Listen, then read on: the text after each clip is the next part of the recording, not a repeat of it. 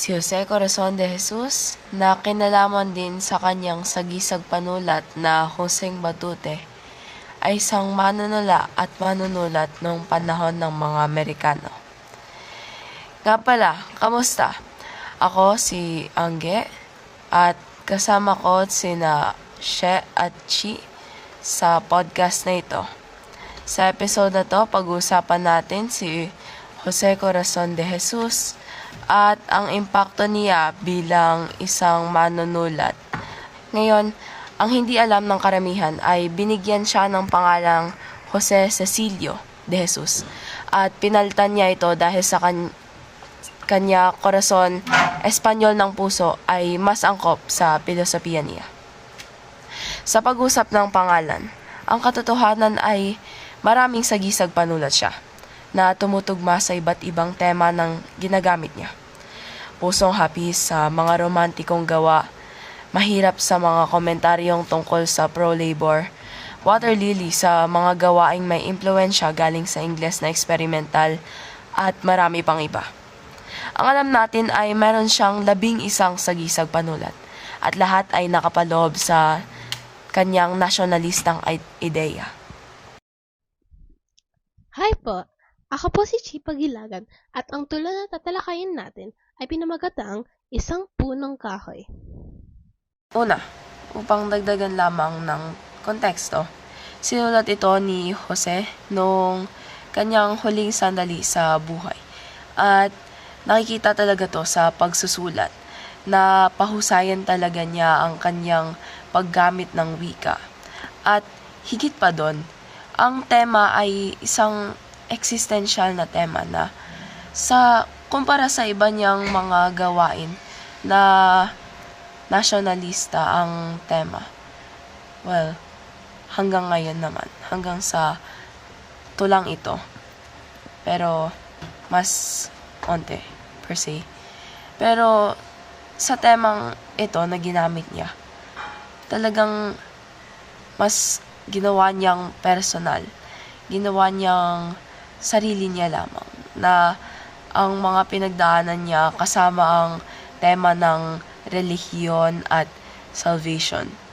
Ang parang ginamit niyang angkor para may padating ang tema na ang buhay ay temporary lamang. Naunawaan ko ang tula bilang isang mas personal na gawa ni Corazon de Jesus. Katulad ng sinabi ni Angelica, nag-iba ito sa mga dati niyang gawa. Instead na nagfo-focus ito sa nasyonalismo at iba pang aspekto ng panahon ng pananakop. Mas nagtuon ito ng pansin sa kanyang buhay base sa mga simbolismo na kanyang ginamit. Sa aking pagkakaintindi, ang tula na ito ay nakapokus sa isang puno na unti-unting tumatanda at yung pagkakahulog ng mga dahon niya ay isang simbolismo ng proseso ng buhay ng isang tao. So, para sa akin, ine-express ni Jose ang pahalagahan ng buhay ng isang tao dahil ang oras natin dito sa mundo ay maikli lamang. 2. Paulit-ulit kong sinasabi, pero ang tema talaga nito ay mas ingrained sa existential na ideya. Isang timeless na ideya na mararamdaman ng lahat sa iba't ibang time period, sa iba't ibang lugar. So, itong tulang ito halos universal sa lahat ng tao sa mundong ito. So, basically, parang mas existential siya at yung metaphor niyang ginamit na habang medyo commonplace na buhay isang puno, ginamit niya ito ng mga prose. At sa tingin ko, ito talaga yung nagpa-stand out. Siya yung wow factor sa kanyang pagsusulat. Na kahit common lamang yung ideya. Nagagamit niya ang prose at iba't ibang literary devices upang i-elevate yung ideya niya at gawing sarili talaga. Kumpara naman sa ibang tula at saka mga kwento noong panahon ng Amerikano at pananakop, naiiba ito dahil nga mas nag-focus ito sa personal na buhay ni Corazon de Jesus. Gumamit siya ng punong kahoy bilang isang simbolo sa akin pagkakaunawa na isang simbolo ng buhay ng tao. Hindi man ito direktang tungkol sa politika o kolonyalismo, may malalim pa rin itong pagninilay tungkol dito. Kumpara sa ibang tula na sinulat ng iba, ang pagkaiba ng tula na ito ay ang main focus niya ay yung darating sa buhay natin na hindi maiiwasan at pinapaliwanag na i-enjoy ang mga magagandang alaala sa buhay natin para yung batang puno noon. 3. Noong panahon na to, ang bansang sedisyon ay isang seryosong crime essentially na pwede ka talagang makulong dito. So, sa paggamit niya ng tema na hindi parang common sa kanyang repertoire, parang mas lalo niyang parang nag-rise above siya sa batas na yon. And I guess nahanap niya din yung kanyang sariling boses, kanyang sariling posisyon sa mundong ito. Siya ang nang posisyon na pag siya ay nagsalita, lahat ay makikinig, lahat ay makakapulot ng aral sa kanyang sinasabi. Lahat ay sabihin nating makakatuto sa kanyang mga salita.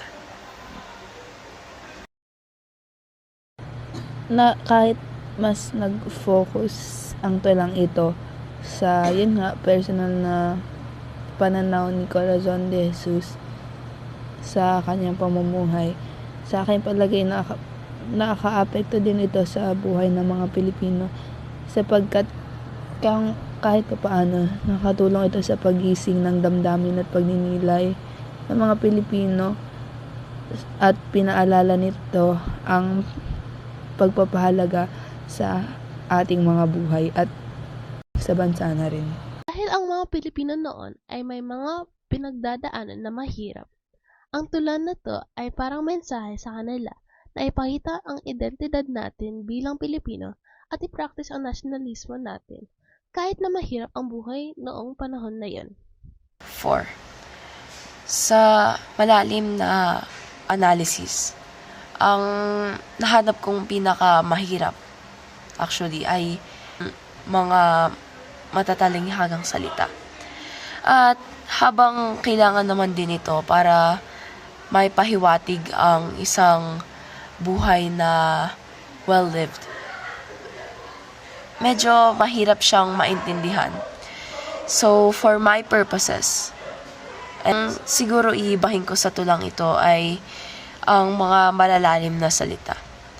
Siguro hindi to malalim sa ibang tao, pero para sa akin, talagang sa temang ito, sa tingin ko, ang importante ay ang understandability. Yung ability ng reader na maintindihan yung kontento ng poem. Hindi ko sinasabi na ang pagbabasa ng tula ay dapat na madali or parang kailangang ipahiwatig pa sa atin ng mga simpleng salita lamang. Pero sa tingin ko, siguro pwedeng gumamit ng mas simpleng salita. Katulad nga ng sinabi ni Angelica, isa sa mga aking babaguhin ay yung mga malalim na salita upang mas madaling maunawaan ng mga tao, especially ngayon, upang mas maunawaan nila at mas maintindihan nila ng mas madali ang tulang ito. Ngunit maganda naman ang paggamit ng simbolismo at malalim na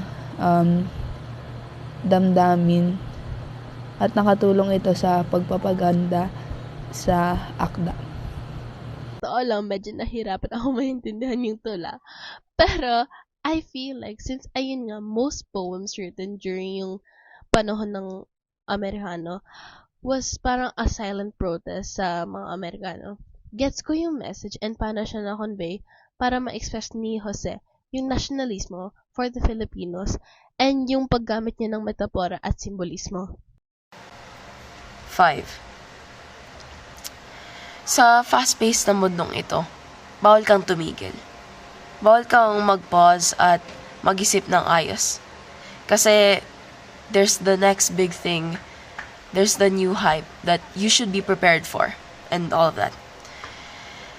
So, makakapulot pa rin ang kabataan ng aral dito kasi ang tema na ito ay timeless. Essentially, na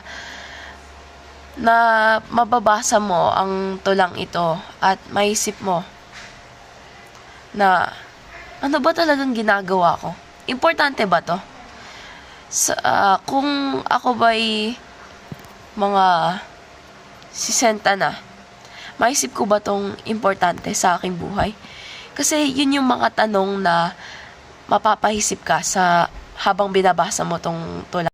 Makakaapekto ang mensahe ng tula sa mga kabataan ngayon dahil maaari nilang mas maunawaan ang kung gaano talaga kahalaga ang buhay at kung gaano ka swerte sila dahil mas komportable na ang buhay ngayon kung baga kaysa sa dati. Consider na yung henerasyon natin ay hindi masyadong tinuturuan yung Philippine identity natin. Makakatulong rin ito for our generation today kasi we must learn to appreciate yung mga ginawa ng ancestors natin for us to develop the country and culture we have today. Since tayo bilang tao ay konti lang ang oras natin dito sa mundo. So, might as well show pride in our nationality bilang mga Pilipino na may mga pinagdaanan na mahirap. So, recap. First, pinag-usapan natin ang onting background kay Jose Corazon de Jesus. Second, yung mensahe ng story diniscuss ng aking kasama na si Shella. And third, nag-interview. So, overall, I guess, napaghimay talaga natin yung teksto.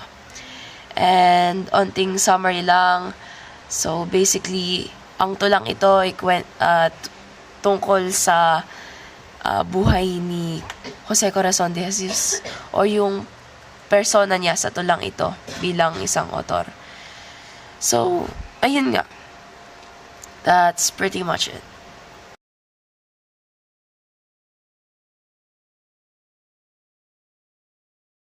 Sa pagsama-sama ng aming mga opinion at pananaw tungkol sa akdang ito, masasabi kong pare-parehas kaming nagsasabing maganda ang mensahe at pinadadalang aral ng tulang ito kahit hindi man siya ganun ka